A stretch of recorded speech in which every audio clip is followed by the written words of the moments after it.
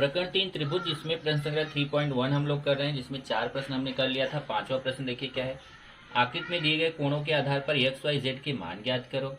अभी आकृति बनी हुई है आपके क्वेश्चन में, इसमें आपको एक्स का, वाई का और जेड का मान निकालना है। अगर आप ध्यान से देखो तो ये दोनों कोण कैसे कोण है, एक रेखा के एक ही तरफ दोनों कोण बन रहे हैं, तो इनको बोलेंगे रेखीय युगल कोण। रेखीय युगल कोणों का योगफल कितना होता है, 180 अंश होता है। तो यहाँ पे देखिए वही मैंने लिखा है। इस कोण को 3 अक्षर से नाम बोलेंगे तो TEN, और इस वाले कोण का 3 अक्षर से नाम बोलेंगे NEM। तो ये दोनों कोण मिला के 180 अंश, क्योंकि ये दोनों कोण कैसे कोण है, रेखीय युगल कोण है। चलिए मान रखते हैं। TEN का मान 100 अंश, NEM का मान y बराबर 180 अंश। 100 अंश का उधर पक्षांतर कर दीजिए, प्लस है उधर जाके माइनस हो जाएगा, और माइनस करेंगे 180 में से 100 तो कितना आएगा, 80 अंश आएगा। तो y का मान आपने निकाल लिया। सेम टाइप से आप z का मान निकालेंगे। देखिए रेखा के एक ही तरफ ये दोनों कोण बन रहे हैं, तो ये दोनों कोण कैसे हैं, रेखीय युगल कोण है। तो इन दोनों का योगफल 180 अंश होगा। तो इस कोण को 3 अक्षर से बोलेंगे तो क्या बोलेंगे, EMN, कोण EMN। इस कोण को 3 अक्षर से बोलेंगे तो EMR, कोण EMR बराबर 180 अंश। यहाँ पे भी लिखेंगे रेखीय युगल कोण। अब मान रखेंगे यहाँ पे EMN का मान Z है और EMR का 140 है, और फिर यहाँ से 140 का उधर पक्षांतर करेंगे तो प्लस है उधर जाके माइनस हो जाएगा, और इस तरीके से Z का मान आपको मिल जाएगा 180 में 140 घटाएंगे तो कितना आएगा, 40। तो y का मान 80 आ गया, Z का 40 आ गया। अब देखिए हम x का मान निकालेंगे। x का मान कैसे निकालेंगे कि ये जो त्रिभुज के तीनों कोणों का योगफल कितना होता है, 180 है। तो आप लिखेंगे क्योंकि त्रिभुज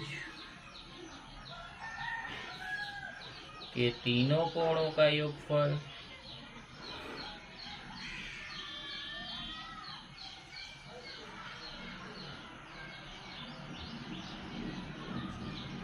बराबर होता है 180 अंश।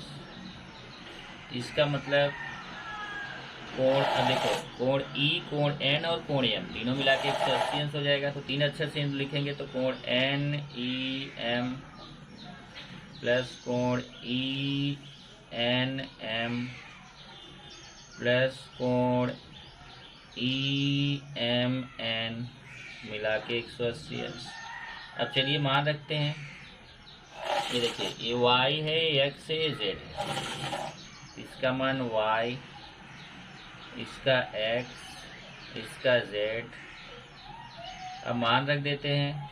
y का मान यहाँ से देखिए 80 है, तो y की जगह पे 80 प्लस x का मान निकालना है। z का मान 40 है तो z की जगह 40। अब यहाँ से 80 और 40 जोड़ दीजिए, तो 80 और 40 जोड़ के 120 हो जाएगा। 80 और 40 जोड़ेंगे 120, 120 उस तरफ लेके जाएंगे तो प्लस है उधर जाके माइनस हो जाएगा,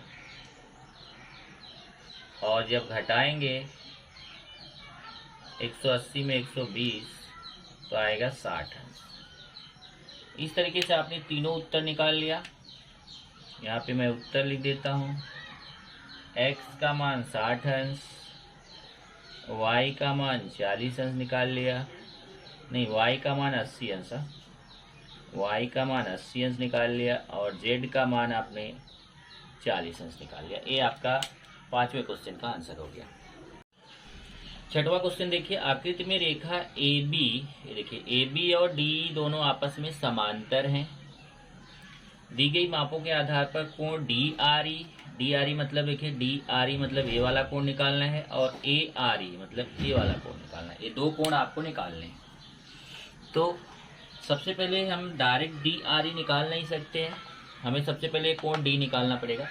ये देखिए दो समांतर रेखाएं हैं, और ये तिर्यक रेखा है। तो जब दो समांतर रेखाएं तिर्यक रेखा हो तो देखिए क्रॉस में ये दो कोण बन रहे थे, दोनों कोण एकांतर कोण है। आपने दूसरे चैप्टर में एकांतर कोण पढ़ा था, और एकांतर कोण आपस में सर्वांगसम होते हैं। तो ये 70 है, तो ये भी कितना हो जाएगा, 70 हो जाएगा। तो सबसे पहले लिखेंगे रेखा AB समांतर रेखा DE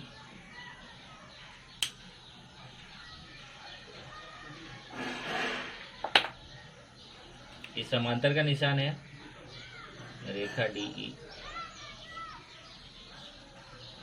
तथा AD तिर्यक रेखा है, AD तिर्यक रेखा है, इसलिए कोण RDE, अब देखिए ये कोण RDE है, या इसको आप बोल सकते हैं ADE, कोण ADE बराबर होगा कोण BAD, कोण BAD, कारण एकांतर कोण। अभी जो ADE बोल रहे हो इसी को आप RDE भी बोल सकते हैं, कोण RDE। ये D वाले कोण को चाहे ADE बोलो चाहे RDE बोलो, मतलब एक ही है। और BAD का मान कितना है, BAD का मान 70 अंश है। इस तरीके से कोण RDE का मान 70 अंश आ गया। यहाँ पे लिख सकते हैं एक ही कोण के भिन्न नाम। इसका मतलब क्या हुआ कि कोण वही D वाला ही है, उसको पहले हमने लिखा था ADE तो भी D वाला कोण ही था, और फिर RDE लिखा तो भी D वाला कोण, दोनों का मतलब एक ही है। ये आपको पता चल गया। अब लिखेंगे यहाँ पे इसकी हमें जरूरत रहेगी। अब ये जब देखिए जब ये 70 हमें पता चल गया तो त्रिभुज के तीनों कोणों का योगफल 180 अंश से हम A वाला R का मान निकाल सकते हैं। त्रिभुज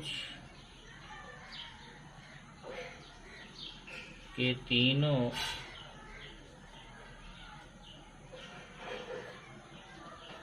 कोणों का योगफल 180 अंश, इसलिए अब तीनों कोणों का नाम लिखना है, कोण D, कोण R, कोण E। इसको तीन अक्षर से लिखेंगे।